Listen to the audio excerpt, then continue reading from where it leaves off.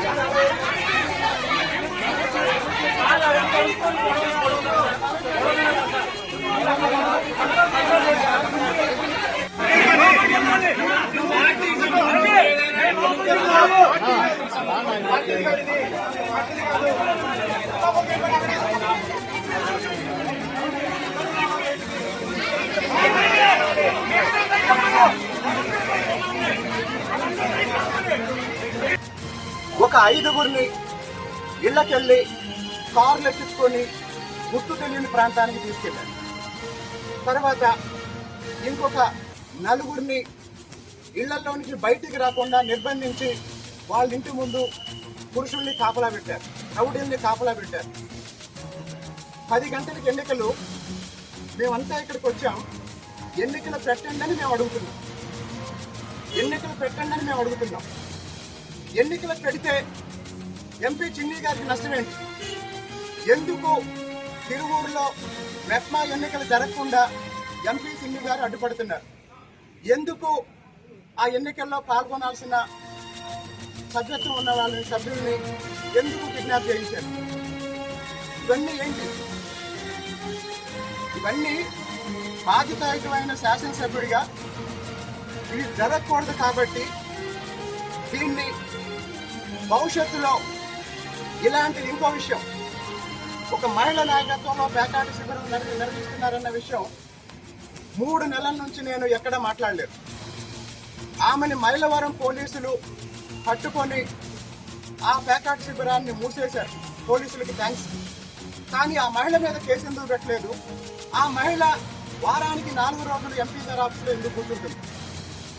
ఆ మహిళ ఇతరులను కలుపుకొని తిరువూరు టౌన్లో చేస్తున్న అసాంఘిక కార్యక్రమాలకి ఎవరు బాధ్యత వహిస్తారు? నేను శాసనసభ్యుడిని 2 సంవత్సరాల నుంచి చంద్రబాబు నాయుడు గారి ఆశీర్వాదంతో తిరువూరు ప్రజల మద్దతుతో ప్రజల్లో ఉండి పనిచేస్తున్నా. నేనేమన్నా తప్పు చేస్తే కొలికపూడి శ్రీనివాసరావు ఈ తప్పు చేస్తాడని ఒక ఫ్లెక్స్ పెట్టండి.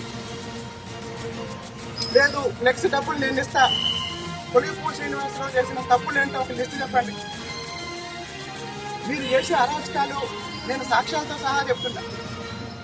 అలాగే కొంతమంది తిరువూరులో అధికారులను పిలిపించుకొని డబ్బులు ఇవ్వమని బెదిరిస్తున్నారు. ఈ రోజు వరకు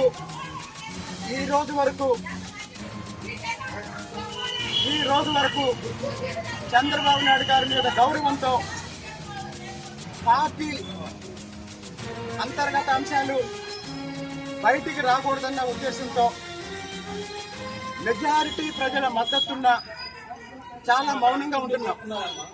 ఈ రోజు నుంచి తిరువూరులో ఎలాంటి అసాంఘిక కార్యక్రమాలు జరిపినా, ఎలాంటి చట్ట వ్యతిరేక కార్యక్రమాలు చేసినా, బయట వాళ్ళు ఇక్కడ తిరువూరులో ప్రశాంత వాతావరణాన్ని చెడగొట్టిన మళ్ళీ చెప్తున్నాను, ఎట్టి పరిస్థితుల్లోనూ ఒప్పుకునేది లేదు.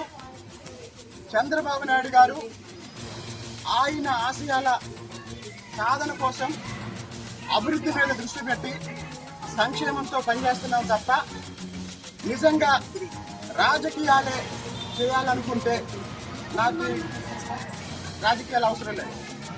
నేను మళ్ళీ చెప్తున్నా, తిరువూరులో జరిగే అరాచకాలని, అన్యాయాలని, దారుణాలని అరికట్టాలి అనే ఒకే ఒక లక్ష్యంతో నేను మాట్లాడుతున్నా.